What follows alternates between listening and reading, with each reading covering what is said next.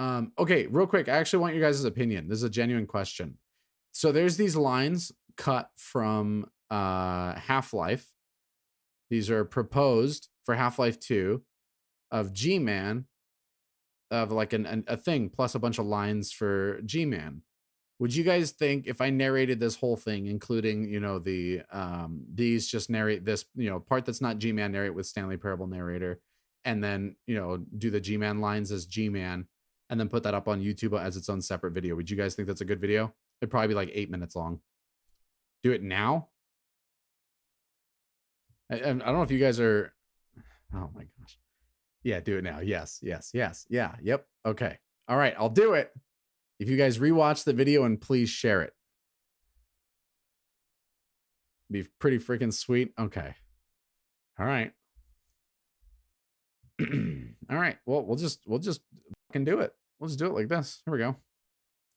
The basic idea is to convey the passage of time between Half-Life and Half-Life 2 visually. Using our new terrain and shader effects and the teleport tricks we used in the original test chamber disaster sequence, it should be a direct continuation of the end of Half-Life.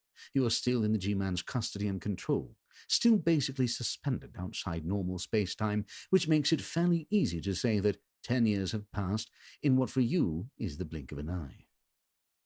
Fade in. You fade in standing on a slight rise in the midst of beautiful rolling hills. The grass is green. At your feet is a small flowing brook. The hills are crowned with occasional willows. The sky is blue and fresh. Birds are singing in the trees.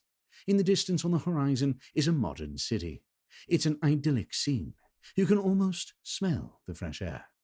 We show our terrain in all its splendor. The G-Man appears just behind you, or perhaps he has been standing there all along. You are still contained in his sphere of influence, meaning that you can turn and move in any direction, but only for a very short distance. You cannot leave the crown of the hill. Hello again, Mr. Freeman. Sorry to keep you waiting. Not that the passage of time has had any meaning for you. But elsewhere, it's a different story. I've been wondering how to explain what the world has become in your absence. I decided to simply show you. There is an odd quickening, a sense of metamorphosis in the environment. The sky begins to darken ominously. The vivid green color begins to leach from the grass and leaves. The bird's song is fading. The sound of wind begins to sweep up the running water in the creek. Its creek sinks into its bed.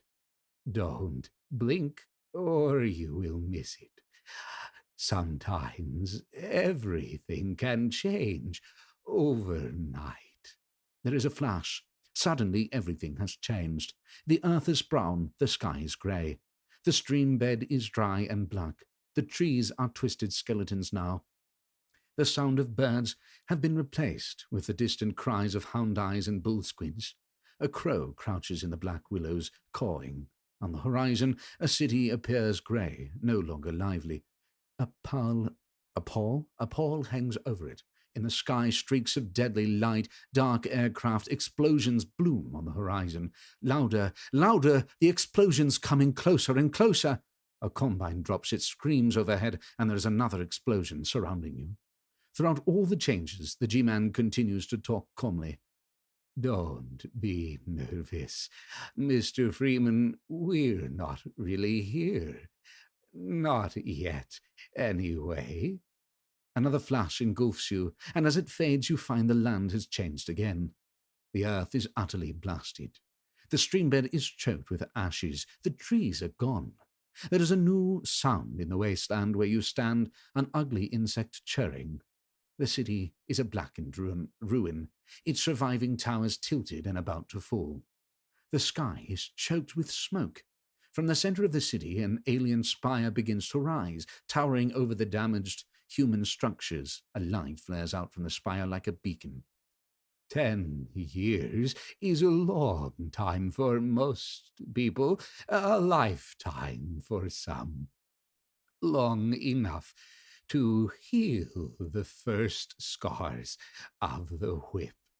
long enough to forget the little things, like the taste of fresh air. But you remember, don't you, Mr. Freeman?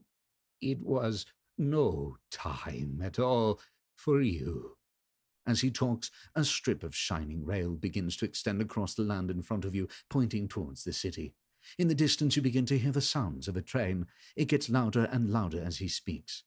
I think that covers just about everything. All that remains is to put you in the picture. The wasteland train appears, slicing into view like a rusted knife.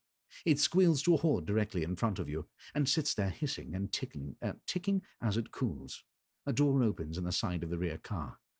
All aboard, Mr. Freeman. Time waits for one man. You climb aboard the train. There are several passengers on the car, but they are frozen in their seats, caught in mid-motion, completely unaware of you. The door hisses shut. A moment later, the sounds of movement commence. The train begins to crawl forward. The G-Man slides out of sight on the blasted hill. And the other passengers slowly, then abruptly lurch back into life. One of them, Samuel, looks at you sharply. Hey, you startled me. I don't remember you getting on. At the very end, Citizen 7. I don't remember you getting on. There you go. That's good. I like that. Not bad. If my ears could orgasm, they would have. Awesome. Thank you for demonetizing this video. I'm just teasing. Yeah, well, I'll cut that and put that on YouTube. Thank you so much for watching. Make sure to subscribe, like, and share, and send it to all your friends and whatnot. I'm uncomfortable because I don't know how to do endings of YouTube videos.